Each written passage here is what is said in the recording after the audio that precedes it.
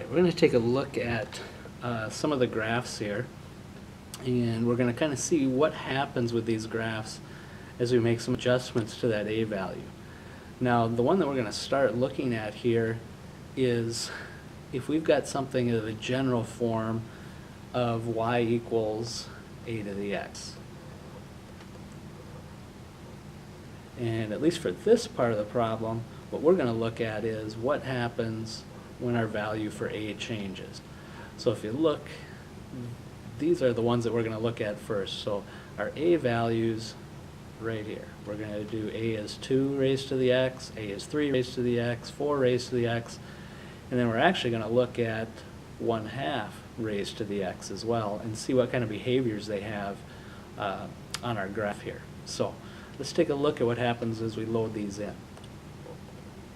So the first one we're going to load in, y equals 2 raised to the x power. And there it is.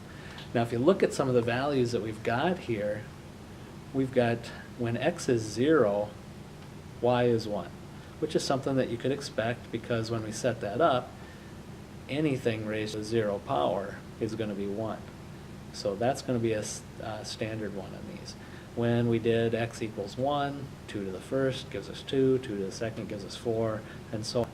Now when we went to the other side, the negative side for x values, 2 to the negative 1, now remember 2 to the negative 1 actually means 2 to the negative 1 we do inverse or reciprocal, so 2 to the negative 1 is actually 1/2 raised to the positive first power. So we can plot points and we get our shape here. All right, let's add one more in here. Let's see what happens when a goes up to the third power. So we're going to go a goes up to the third power, and there that is in the green. So if you take a look what happened, same thing. 3 raised to the 0 power, anything raised to the 0 power is 1. So that's a common point. Now kind of like what happened with our parabolas, as we started raising our exponent, we started getting steeper and steeper towards our end behaviors. And that's the same thing that's happening here. Again, this one's getting closer and closer and closer here. Let's add one more. Let's add to the 4th power. So if we add to the 4th power, that's the blue one, and take a look, it got even steeper yet, but they're still all locked in right here. So that's one thing that we can look at that's going to be common in each of these graphs when we take a look at our values. One thing that's going to be common on every one of these exponential is the point 0,1 when we're writing it in this form.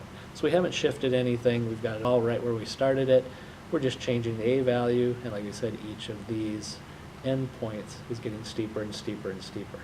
Now the other thing that you should notice is it's getting closer and closer and closer to 0, but it's never really touching 0. So our x-axis here is actually becoming a horizontal asymptote. So that's something unique as well. All right, let's take a look. Let's add one more in here and watch what happens when we add this fraction in. So we're going to add in a yellow graph here for 1/2 raised to the x, and we'll graph that, and look what happened. Turned around, and we'll explain that in a second why that happened. So let's take a look at each of these. The red one out here again was 2 raised to the x, and then we had 3 raised to the x, and then we had 4 raised to the x. Now the one we just drew was 1/2 raised to the x. So if we were to look at the values, 1/2 to the 0, again, shares that common point, that 0, 1. 1/2 raised to the 1 is 1/2, 1/2 squared is 1/4. So now we keep getting closer to that horizontal asymptote or the x-axis, but it's on the positive side. As we go to the negative side, 1/2 to the negative 1, let's write that out here once. 1/2 raised to the negative 1, remember our negative exponents mean we do reciprocal and change it to a positive exponent. So all of a sudden, negative 1 is up here at 2. Now the other thing that we should look at, kind of along those same lines, if we're going to do 1/2 raised to the x power, if I did the reciprocal of 1/2, I get 2, And that also means I change my exponent to a negative. So now I've changed this value to a negative, and it's going to turn this around, which is going to lead us into some of our other transformations. So, a couple things that we can generalize here. Let's take a look at this. If we're going to get our form for y equals a to the x, a couple things can happen. Let's look at first the situation when we get a being greater than 1. If that's the case, we're going to end up with our xy axis here, and we're always going to get our curve close to the x-axis, and then it's going to curve up this way, and that value of 0, 1 is going to be a constant on all of our graphs. And the other thing that we looked at here is, and I guess I've got that written wrong there, that should be a raised to the x power, sorry.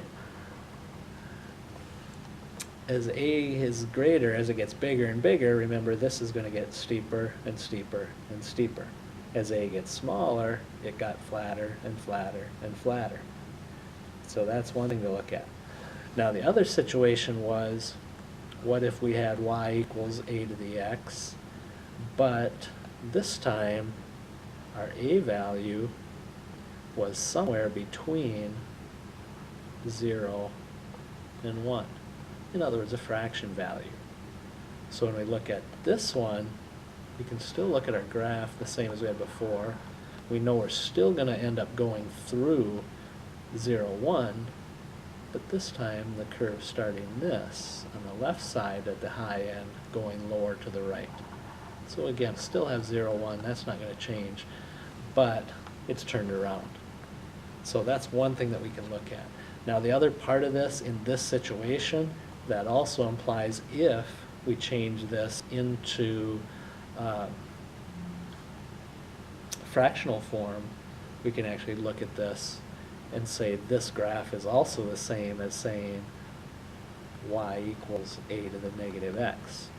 So it can either be the form where a is a fractional form raised to a positive power, or a can stay as a whole number and we can raise it to a negative power.